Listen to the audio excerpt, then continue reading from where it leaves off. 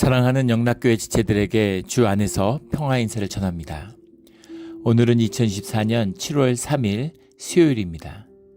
오늘의 묵상 본문은 이사야서 13장 1절로 22절까지의 말씀입니다.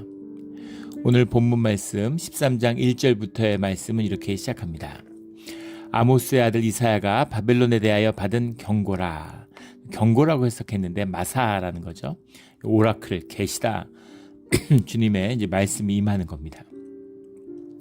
그런데 지금 아수르에 관한 말씀이 아니라 바빌론을 향한 말씀이에요. 오늘 본문의 말씀에 보면 바빌론을 정벌하는 메대의 이야기입니다. 그래서 아직 지금 아수르가 망하지 않았죠. 아수르가 지금 전성기를 향해 지금 우길승천의 기세로 올라오고 있는 중입니다. 그런데 아수르도 주님이 쓰시는 막대기일 뿐이고 그 아수르를 치는 바빌론이 아직 흥기하지 않았어요. 물론 바빌론 왕국이 지금 있습니다. 그런데 그 아수르와는 봉신관계에 있는 아수르의 용병으로 쓰임을 받고 있는 상태예요. 그런데 그 바빌론이 다시 메대에게 바사와 메대의 연합체에게 나중에 멸망당하죠. 바벨론의 멸망을 오늘 말씀하고 있는 겁니다. 그러니까 거의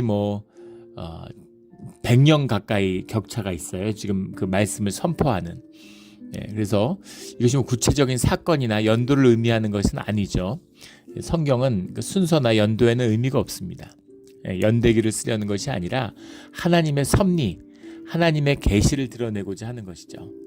그래서 마치 아시아 역사에 보면 그 송나라를 향해서 지금 요나라가 거란족이 일어났는데 거란족도 결국은 여진족에 의해서 멸망당하고 여진족도 결국은 몽골족에 의해서 멸망당해 이렇게 보시면 될 것 같습니다.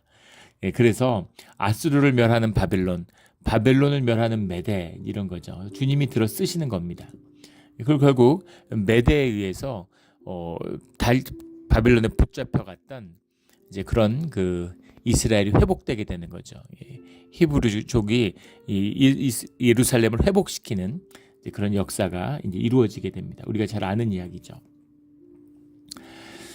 그래서 그 바벨론에 받은 경고라는 바벨론이라고 하는 것은 지금 이제 그 신바벨론의 그 이제 발흥을 앞두고 있고 지금 신바벨론의 역사가 진행되고 있는데 유구한 그런 바벨론의 역사가 있죠. 함무라비 왕 때부터의 바벨론이라는 것이 상징하는 메소포타미아의 문명, 우리가 소돔과 고모라 오늘 말씀에도 나오지만은 그런 것처럼 뭔가 그 세계의 제국, 번영과 뭔가 세상의 그런 영광의 상징 이런 것이 바벨론이죠. 지금도 그렇죠. 바벨론 작년인가요? 그 할리우드의 바벨론이라는 영화가 있었죠. 할리우드의 전성기, 그 골든 에이지라 그러죠. 5, 60년대 그 미국의 아주 그 절정기에 있을 때 그때 그 할리우드의 그런 어떤 전성기 이제 그럴 때 그 번영과 그런 것을 이제 기억하는 거기에 바벨론이라는 이름을 붙였어요. 그래서 바벨론이라는 것은 일반 명사도 되고 보통 명사도 되는 거죠. 한국의 삼성그룹이라는 삼성전자가 있잖아요. 하나의 회사, 반도체를 만들고 휴대폰을 만드는 전자회사의 삼성이 있지만 삼성이라는 건 뭔가 초격차 기업, 그런 독보적인 존재 이런 거에 대한 보통 명사이기도 하죠. 그래서 우리가 법조계의 삼성이다, 광고계의 삼성이다, 이런 말 쓰는 것처럼 이제 그런 바빌론이 그런 거죠. 그래서 우리 바빌론이라는 것은 722년에 일어난 구체적인 한 나라 신바빌론이라는 나라를 지칭하는 것이기도 하지만 역사적인 맥락에서 보면 동시에 역사를 관통하는 그 바벨론의 음녀 이런 것처럼 뭔가 번영과 그런 그 음란함과 세상의 것을 상징하는 그 상징적인 의미가 이제 바벨론이다.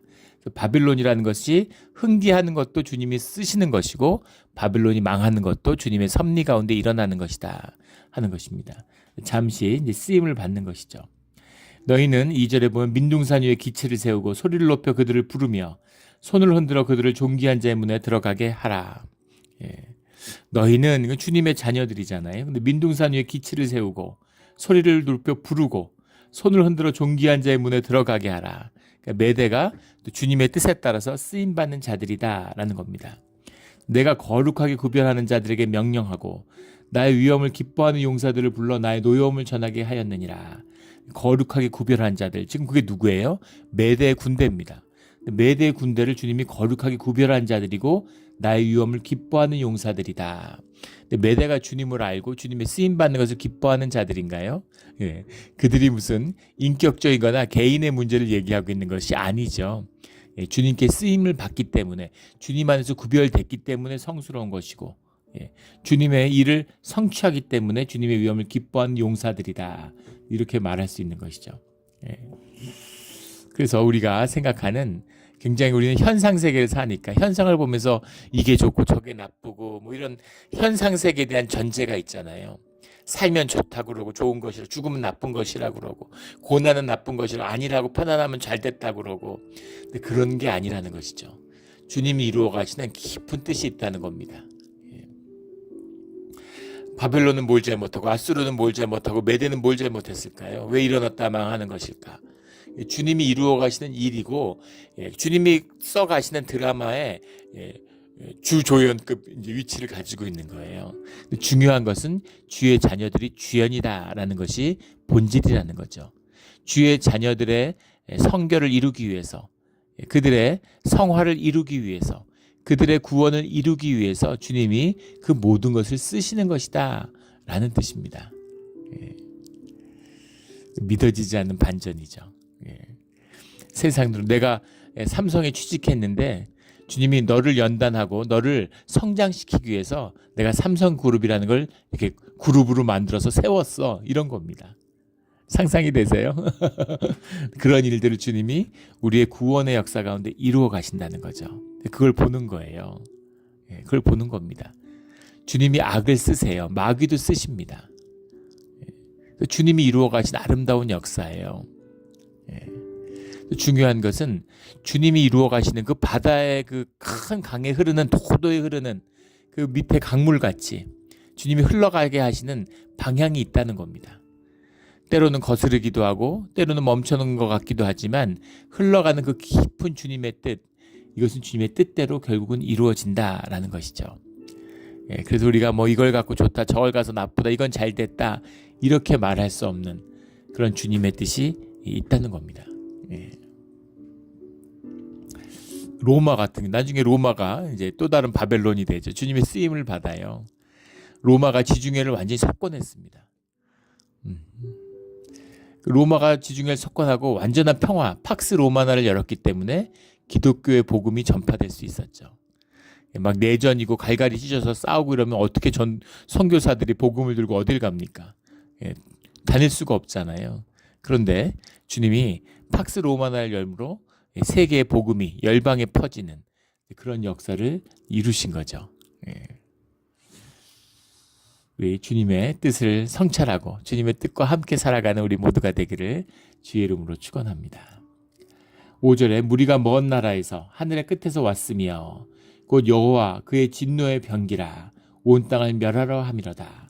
온 땅이라고 하는 콜하레츠라고 하는 말인데, 온 땅이라고 하는 것이 이제 바벨론의 별칭입니다. 세계 제국이니까. 바벨론이라고 하는 것은 이제 아수르가 제국의 역사의 시작이라고 한다면 바벨론이 그 완성이죠. 그래서 바벨론부터는 이제 세계 제국이 이루어지는 거예요. 아수르는 좀 특이했는데, 아수르는 그 지역에 있는 민족들을 파괴하고 그들을 이제 노예로 끌고 가고 이런 식으로 완전히 그걸 파괴해 버리려고 하는, 그 자기의 어떤 민족에 동화시키려고 하는. 근데 동화가 됩니까? 몽골이 고려를 침략했다. 고려를 몽골에 동화시킬 수가 있나요? 몽골이 훨씬 문화적으로 열등한데, 몽골이 송나라를 점령했다고 해서 송나라를 몽골로 교화시킬 수가 있나요? 반대죠. 몽골족이 오히려 송나라의 한족으로 이렇게 동화가 돼버리는. 들판에 있고 몽골 평야에 있어야 몽골인 거지. 전쟁을 잘하는 거죠. 그러나 문화적으로는 메대가 비슷해요. 메대가 이란 고원에 사는 민족입니다. 그래서 메대라는 민족이 더 거칠죠. 거칠어요. 근데 활을 잘 쏘고, 기마 민족이니까 전쟁을 잘하는 겁니다. 기마 민족이 말을 탄다는 게 보통 일이 아니죠. 말을 타려고 그러면, 말을 키우려면 그 8가구 정도. 요즘에 그 전기차 이렇게 를 충전해서 다니려면 30가구가 쓰는 전기를 쓴다는 거 아니에요? 일상적으로 쓰는 전기를. 그래서 지금 에너지 비상이 걸렸죠. 이제 그런 오늘날 뭐 이게 비행기, 그 중세 말을 한 마리 운영한다는 건 오늘날 전투기를 운영하는 것과 같다는 거죠. 경제적인 그 비중은. 근데 전투기를 운영한다는 게 보통 일이 아니죠. 엄청난 비용이 되는 돈입니다. 근데 그런 거예요. 그래서 농경 민족이 기마병을 양성한다는 것은 보통 어려운 일이 아닙니다. 기마병은 보통 보병 8명의 전투력을 가졌다고 그러죠. 그것도 이제 전투의 순간을 얘기하는 거지. 그 기동성이나 움직이는 걸 따질 때는 뭐 비교할 수가 없죠. 그 기병인데 그 기병을 유지하는 게 힘든 거예요. 근데 기마 민족들은 말을 타고 다니잖아요. 소를 치고 무슨 그 양을 치고 이러니까 다 말을 타고 다니고 또 사냥을 하고 이러니까 기본적으로 다 기마병들인 겁니다. 아이들부터 어른까지 노인까지 전부 다 기마병이에요. 그래서 불과 10여 만에 불과했던 그 여진족들이 만주족이 그 명나라를 무너뜨리고 그 명나라를 점령했죠. 그런 것. 몽골족이 세계를 점령하고 그 비밀이 말에 있습니다. 메대가 이제 기마 민족이니까 그 기마 민족을 들어가지고 주님이 바벨론 그 시대에 가장 풍요롭고 가장 강력하고 세계 제국인데 그 제국을 무너뜨리는 거죠. 역사에서 흔히 나타나는 일입니다. 그런데 그 바벨론이라고 하는 것은 이제 그 아수르의 실패를 봤기 때문에 아시리아의 실패를 받고 올라왔기 때문에 그런 세계 제국으로서의 그 어떤 매니지먼트의 새로운 그걸 연 거죠. 문화에 대한 통치고 법에 의한 통치고 통치의 질서를 세우는 그간의 모든 민족들이 바벨론의 통치의 원리를 받아들이면 이제 그 제국의 일원으로서 살아가는 겁니다. 그게 이제 면면이 이어져서 오늘날 미국까지 이어지고 있는 거죠. 미국의 달러 본위, 그 경제의 질서, 운용의 원칙 이런 걸 누구도 미국에 도전할 수가 없죠.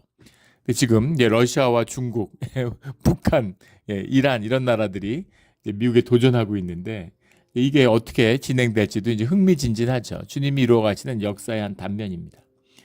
온 땅을 멸하라 합니다는 건 바벨론을 주님이 멸망시키겠다. 지금 아수르도 아직 안 망하고 아수르가 일어나고 있는데 아수르는 그 바벨론에게 멸망하고 바벨론은 메대에게 멸망해 라는 말씀을 주고 있는 거예요. 이게 역사의 섭리라는 겁니다.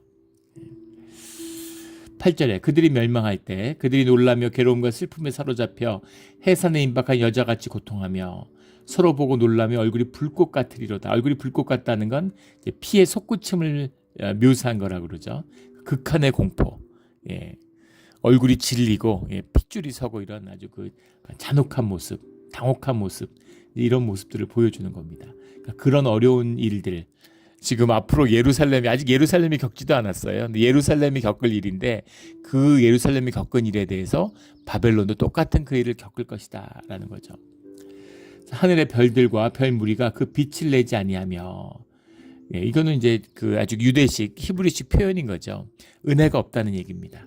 해가 돋아도 어두우며 달이 그 빛을 비추지 아니할 것이로다. 달이 떴는데 어떻게 비추질 않겠어요. 이 표현은 있긴 있지만 해도 쓰고 달도 쓰고 햇빛도 비추고 달빛도 비치지만 그게 더 이상 빛으로 느껴지지 않는 은혜가 없다라는 거죠. 은혜가 없는 겁니다. 우리가 은혜 가운데 살아가고 있기 때문에 은혜의 고마움을 모르죠. 은혜를 주님이 거두시면 지옥이 되는 거죠. 주님과의 어떤 우리의 관계 이런 게 단절되면 생명의 샘이 닫히면 우리의 생명이 어두워지면 지옥이 시작되는 거예요. 근데 그 중심에는 주의 자녀들, 남은 자들, 믿는 자들의 역사가 있는 겁니다. 주님이 그들을 위해서 축복을 부으시는데 그 축복을 모두가 같이 누리는 거예요. 주의 자녀가 몬트레에서 농사를 지니까 농사가 잘 되게 하기 위해서 비를 내려주시는 겁니다. 근데 주님을 알지도 못하는 이름도 모르는 사람들도 농사 짓는 사람들이 그 은혜를 다 같이 나누어요. 그것이 축복의 비밀이죠. 복을 유통하는 자의 비밀입니다. 우리 축복의 문을 열고 어디 가나 축복의 열쇠가 되는 그런 우리 모두가 되기를 주의 이름으로 축원합니다. 예수님이 바벨론 베드로에게 약속하셨죠. 너가 땅에서 열면은 하늘에서 열리고 너가 땅에서 닫으면 하늘에서 닫힌다. 그런 구원의 열쇠, 축복의 열쇠, 그 비밀을 쥔 자, 주의 자녀입니다. 현상의 모습을 어떻게 보일지 모르지만 축복의 문이 있는 거죠. 그 비밀이 커요. 그 비밀이 큽니다. 늘 은혜와 끊이지 않는 은혜 가운데 살아가는 우리 모두가 되기를 주의 이름으로 축원합니다. 12절에 내가 사람을 순금보다 희소하게 하며 인생을 오빌의 금보다 희귀하게 하리로다. 그때의 징계가 얼마나 아주 강렬한지. 순금보다, 금은 희소하기 때문에, 금이 뭐가 있어요? 특별한 가치가? 금은 희소하기 때문에 이 귀한 것이죠. 근데 금보다, 사람이 금보다 더 희소하고, 오빌의 금이라는 건 뭐 성경 여기저기 막 욥기에도 나오고 뭐 역대하 이런데 많이 나오죠. 역대상 역대하 이런데 열왕기 이런데 오빌이라는 건 이제 오빌의 오빌이 어디였는지는 정확치 않습니다. 그런데 오빌의 금이 굉장히 좋은 금이었던 것 같아요. 그래서 오빌의 금에 대한 얘기가 많이 나오는데 인생이 오빌의 금보다도 희귀하다. 그러니까 얼마나 심한 그런 진멸이 있었는가라는 것을 이제 보게 되는 거죠. 15절에 만나는 자마다 창에 찔리겠고 잡히는 자마다 칼에 엎드려지겠고 어린아이들은 그들의 목젖에서 매어침을 당하겠고 그들의 집은 노략을 당하겠고 그들의 아내는 욕을 당하리라. 비참한 이야기죠. 그래서 매대의 잔인함을 주님이 들어 쓰셨다는 겁니다. 악하기 때문에 쓰신 거예요. 우리가 잘 봐야죠. 악하기 때문에 쓰셨다는 겁니다. 어떻게 그러실 수가 있어? 주님이 마귀도 쓰는데 인간의 악함을 왜 쓰지 못하시겠어요? 인간의 쓰임을 받았다고 해서 주님의 쓰임을 받았다고 해서 그것이 정당함이나 그것이 의로움이 되는 것은 아니라는 겁니다. 주님의 선을 이루는데 그냥 도구가 된 거예요. 동시에 내가 쓰임을 받았다고 해서 그것이 나의 정당함이나 나의 의가 아니라는 겁니다. 그래서 주님이 막대기로 쓰셨는데 막 필요 없이 학대하고, 어리석은 자들은 그렇게 하죠. 훈련소에서 조교를 하는데 조교를 악마 조교 막 이렇게 빈트 먹고 철저하고 훈련을 잘 시키고 아이들을 병사들을 굴리고 이래가지고 훌륭한 건장한 병사를 만들기 위한 도구잖아요. 근데 인격적으로 학대하고 모욕을 하고 그럼 되겠습니까? 그러면 거기에 대한 징계의 값을 크게 치르게 된다는 거죠. 주님에게 쓰임을 받은 것이 주님의 섭리 가운데 있기 때문에 더 큰, 더 분명한 징계를 받게 된다는 겁니다. 그래서 주의 사람들이라면, 주님의 뜻을 분별하는 자들이라면 주님의 뜻에 순종하고 주님의 뜻을 그 안에 귀하게 이루도록 협력해서 선을 이루어가는 거죠. 바사 메대 연합군을 이끌었던 고레스 왕 같은, 페르시아의 고레스 왕 같은 경우죠. 무슨 고레스가 구원의 표상이고 구속사 인물이 아니잖아요. 그러나 하나님의 뜻을 정의롭게 이루어가는데 쓰임을 받는다는 것을 자각하고 그 뜻을 이루는데 귀한 쓰임을 받은 자예요. 그것은 복된 것입니다. 그 의미를 우리가 잘 이제 분별해야 되는 것이죠. 종교에는 양극단이 있어요. 늘 이원론이니까. 그래가지고 한쪽에서는 또 현상이 전부인 것처럼 돈 벌고 건강하면 축복받았다, 이런, 물론 축복이죠. 그러나 그게 마치 무슨 신앙의 무슨 보상인 것처럼 그런 식으로 얘기하는 겁니다. 또 반대는 또 극단이죠. 그래서 현상은 아무 의미가 없고 죽어서 구원받는 것만, 죽어서 천국 가는 게 구원이다, 이렇게 얘기를 해요. 그런 구원이 성경에 어디 있습니까? 살아서도 복을 드리고 죽어서도 다시 살아 영원히 사는 주님의 축복 가운데 살아가는 것이 주님의 구원입니다. 둘 다가 있어야 되는 거죠. 그래서 진정한 신앙인은 가장 현상을 떠나 있는 사람이면서 가장 현실을 직면하는 그런 사람이에요. 내일 세상이 망해도 오늘 한 그루의 사과나무를 심는 소명의 사람입니다. 하루하루를 주님의 뜻 가운데, 부르심의 뜻 가운데 충실히 살아가는, 내일 일은 난 몰라요. 예전에 그런 가요의 가사가 있는데, 내일 일은 난 모르는 거죠. 나는 모르는 겁니다. 주님이 아시면 되죠. 주님의 뜻이 있겠죠. 나는 나의 주어진 몫에 최선을 다하는 겁니다. 그 DC라고 하는 DC 코믹스라고 하는 그 마블과 함께 이제 그 미국의 그 코믹스의 양대 산맥이죠. 어떤 히어로물들을 만드는 우리가 잘 아는 이제 슈퍼맨 이런 게 이제 뭐 원더우먼, 배트맨 이런 게 DC 코믹스의 산물이잖아요. 근데 DC 코믹스의 이제 상징적인 인물이 배트맨인데 그 당시 뉴욕의 별칭이잖아요. 거기서 이제 펼쳐지는 이야기입니다. 근데 그 배트맨을 위협하는 최대의 난적이 이 조커죠. 그 조커가 그 다크 나이트 라이즈인가요? 다크 라이즈인가요? 그 배트맨 시리즈에 그 두 번에 나왔던 배트맨 시리즈 중에 최고의 영화고 뭐 영화사에 손꼽히는 명작이죠. 그 놀런이라고 하는 감독이 만든 그런 그 아주 명작입니다. 굉장히 깊어요, 영화가. 깜짝 놀랄 정도로. 그런데 뭐가 선이고 뭐가 악이냐, 뭐가 공이고 뭐가 정이냐 이런 질문을 던지는 영화죠. 거기서 조커가 이제 완전히 영웅같이 됐습니다. 근데 이제 배트맨한테 두드려 맞으면서 조커가 계속 막 실실 웃죠. 조커는 비실비실 웃으면서 아주 비아냥거리는 냉소적인 표정으로 Why so serious? Why so serious? 이렇게 얘기를 하죠. 왜 이렇게 심각해? 왜 이렇게 심각한 거야? 웃어 이런 거죠. 근데 배트맨이 흔들립니다.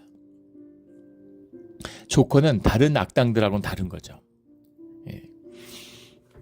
어차피 게임이야 이런 거죠. 어차피 현상세계야. 어차피 역할이야. 롤게임 같은 거야 인생은. 근데 왜 네가 맡은 룰에 우리가 연극 하는데 네가 악역 맡았다고 왜 악에 그 심취하고 네가 선한 역 맡았다고 왜 선에 심취하냐. 이게 너는 아니잖아.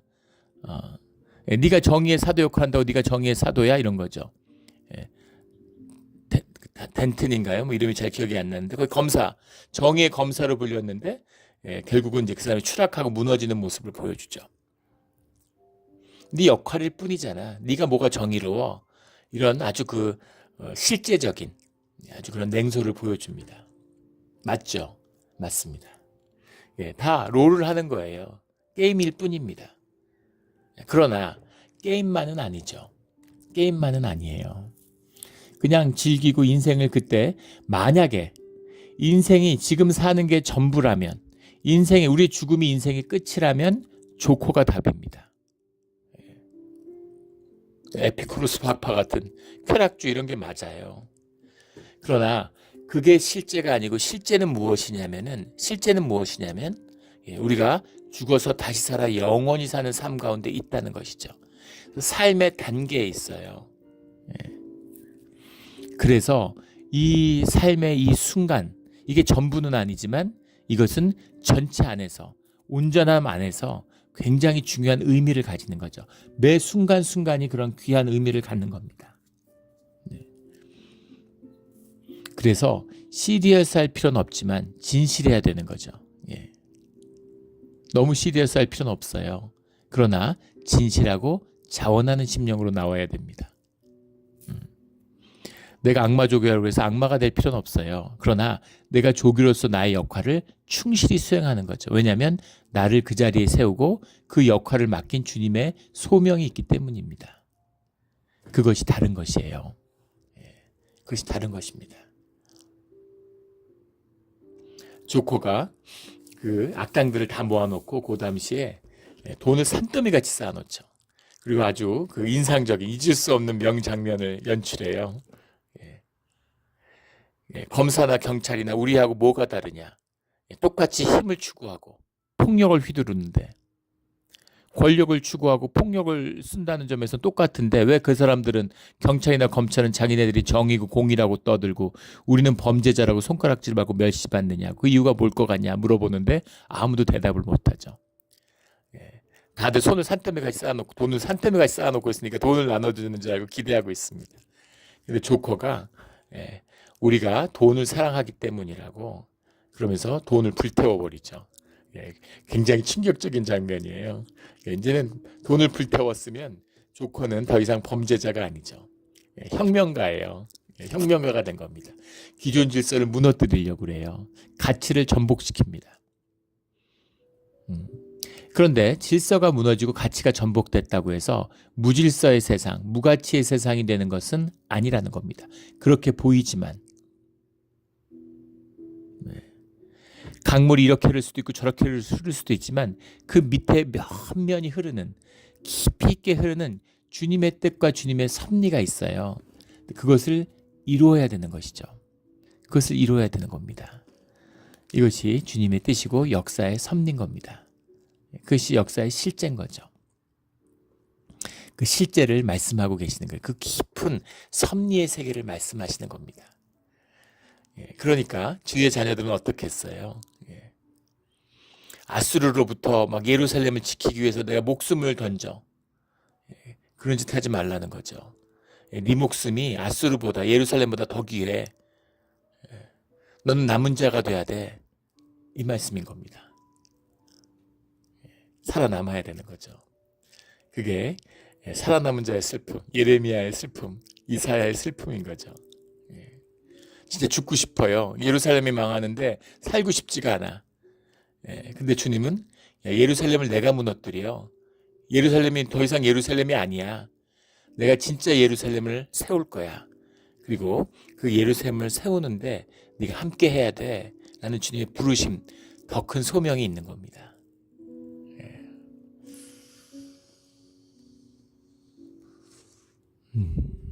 그게 주님의 부르심이죠.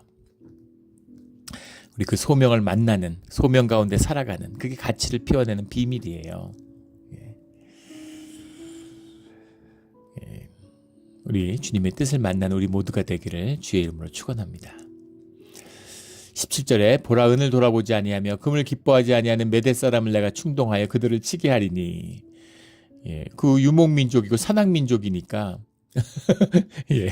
은과 금이라는 건 상업세계를 표상하는 거죠. 상업세계의 질서고 상업세계에서 중요한 거지 이게 뭐가 의미가 있겠습니까? 내가 뭐 파푸아 뉴기니아의 정글에서 살아가는데 무슨 명품백이 무슨 필요가 있어요? 아무 의미 없겠죠. 그런 걸 생각하시면 되겠죠. 뭐 다이아 반지 아무 의미 없는 거죠. 이건 사람들이 만들어낸 가치의 약속이잖아요. 가치의 사슬이에요. 그런데 그걸 하나님이 다 끊겠다 이렇게 말씀하는 것이죠. 그래서 앞에는 내가 언덕 위에서 사람을 불러 모았고 쫙 이렇게 시작했는데 그 사람들이 누구였냐면 메대 사람이다라는 게 드디어 나오는 거죠. 메대 사람이 활로 청년을 쏘아 죽이며 태의 열매를 긍휼히 여기지 아니하며 아수르가 뭐 극악 잔인한 민족이었는데 메대도 못지않았다 그러죠. 아수르 정도는 아니지만 아수르가 메대도 사실 아수르의 용병으로 뛰었고 바벨론도 용병으로 뛰었습니다. 바사도 용병으로 뛰었어요. 다 아수르 지금 밑에 있는 겁니다. 그 민족들을 주님이 쓰신다라는 거죠. 19절에 열국의 영광이요 갈대아 사람이 자랑하는 놀이개가 된 바벨론이 이걸 놀이개가 된 이렇게 해석했는데 티페렛이라는 말이에요. 티페렛은 대표적으로 영광이라는 성경에서 굉장히 중요한 단어죠. 티페렛은 영광인데 그걸 왜 놀이개 이 신바벨론을 얘기하는 거죠. 이 갈대아 사람이라고 하는 것, 이 티그리스와 유프라테스 강이 흘러가는 두 강, 메소포타미아의 그 제일 하류에 있는 지역, 그 갈대 지역, 그걸 이제 거기 사람들은 이제 갈대아 사람이라고 그러는데 그 갈대아 사람들이 신바벨론을 세운 겁니다. 주전 722년경에 세우고 지금 한 100여 년이 지난 상태죠. 그래서 지금 계속 바벨론이 흥기하고 있어요. 그리고 바벨론이 믿어지지 않는 세계 제국을 이뤘죠. 그래서 열국의 영광이다. 갈대아 사람의 자랑과 영광이다. 바벨론이 세상의 영광인 거죠. 우리가 이렇게까지 할 수 있어. 이런 겁니다. 우리가 이런 걸 할 수 있어. 그런데 하나님께 멸망당한 소돔과 고모라 같이 된다. 대영 제국 이런 걸 생각해 보시면 돼요. 대영 제국이 세계 한 절반을 석권했죠. 근대 역사에 어떤 나라도 마찬가지입니다. 한국은 조금 예외적이긴 한데 한국도 사실 깊이 들어가 보면 그렇죠. 세계 모든 나라, 온갖 오지, 뭐 부탄, 네팔부터 티벳부터 시작해서 뭐 중앙아시아 뭐 어디 가도 아프리카 뭐 아시아 말할 것도 없죠. 어느 나라에 가도 다 영국의 입김이 들어 있어요. 세상에 나쁜 일은 다 영국 사람이 했다. 뭐 이런 말이 있죠. 영국이 세계를 지배하고 세계의 질서였습니다.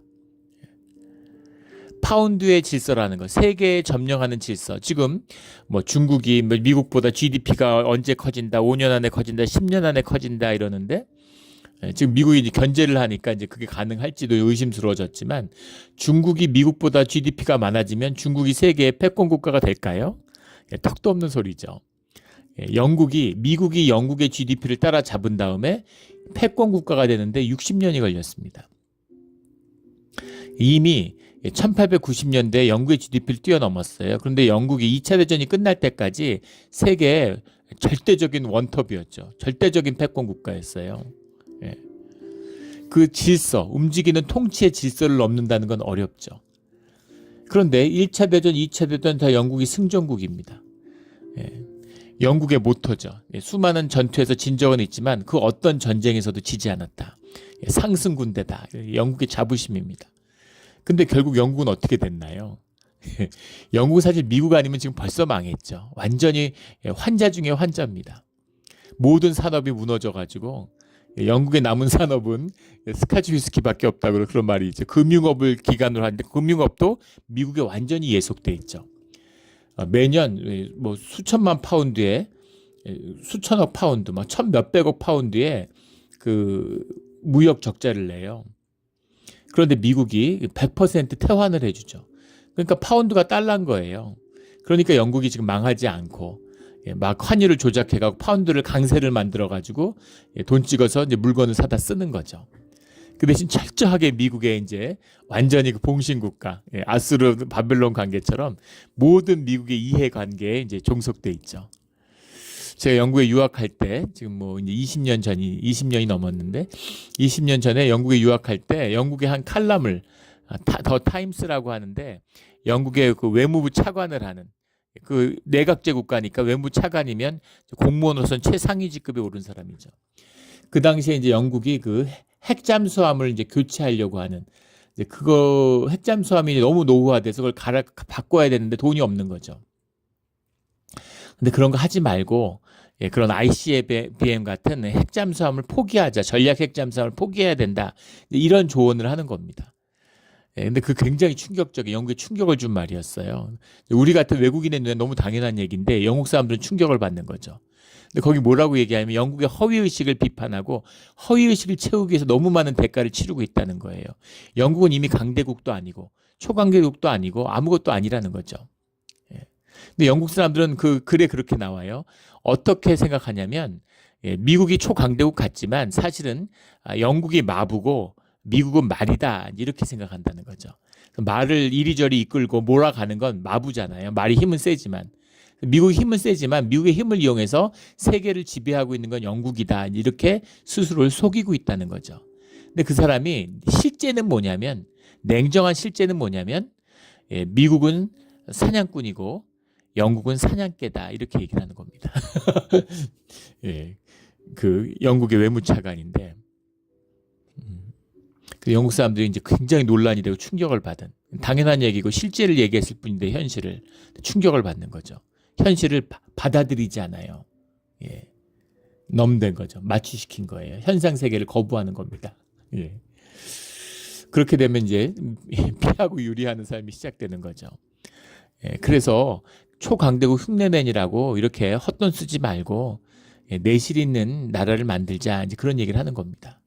근데 영국이 완전히 그냥 쪼그라들어 버렸어요. 영국이 완전히 쪼그라들어 버렸습니다. 그것이 주님이 움직이시는 해가 지지 않는 제국이었는데 전쟁에 진 적도 없고 뭐 큰 문제나 큰 사고도 없었던 것 같은데 그냥 몰락해 버린 거죠. 이게 주님이 쓰시는 역사의 섭리라는 겁니다. 역사의 섭리예요. 영국 사람들의 그 열패감과 열등감은 말할 수가 없죠. 영국에서 못난 사람들, 하층민들, 뭐 이런 도저히 못 먹고 사는 사람들, 뭐 범죄자들 쫓겨가서 만든 나라가 영국이잖아요. 미국이잖아요. 퓨리탄도 있었지만 다 핍박받는 사람들이었죠. 근데 미국이 초강대국이 돼가지고 저는 미국에 살면서 한 번도 미국 사람들이 영국 사람에 대해서 얘기하는 걸 들어본 적이 없습니다. 근데 영국에 살면서 영국 사람들이 대화하면서 미국 사람에 대해서 미국에 대해서 얘기하지 않는 걸 들어본 적이 없어요. 미국을 무시하거나 미국을 모욕하는 그런 농담이 수도 없이 많습니다. 예. 그러니까 얼마나 속이 쓰리겠어요. 얼마나 속이 아프겠습니까?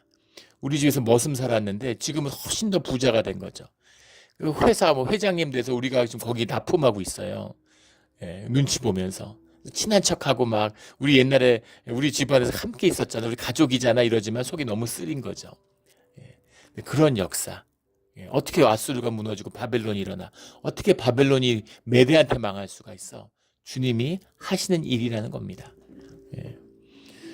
지금 한국이 일본을 금년에 그 명목 그 GNI에서 이제 그 추월했죠. 물론 1인당이죠. 인구가 훨씬 일본이 많으니까 전체 GNI는 일본이 높지만 1인당 GNI 일본을 뛰어넘었습니다.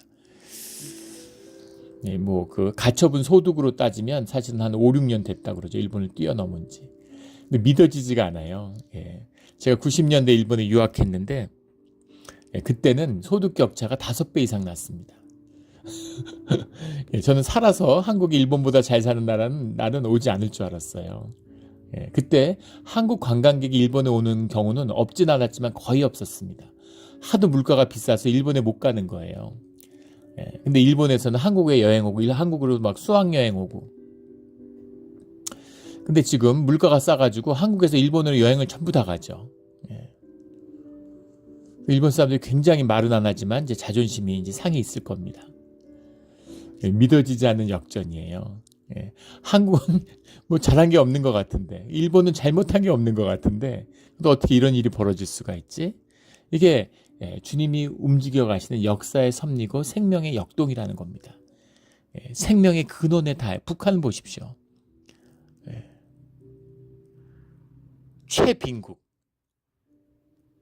한국이 인도를 하고 맞먹잖아요. 경제가. 근데 북한은 인도에 비견될 만큼 경제 규모가 큽니다. 한국이 작은 나라인데. 근데 북한은 네팔보다도 못 산다는 거예요. 그게 남북한의 실체라는 거죠.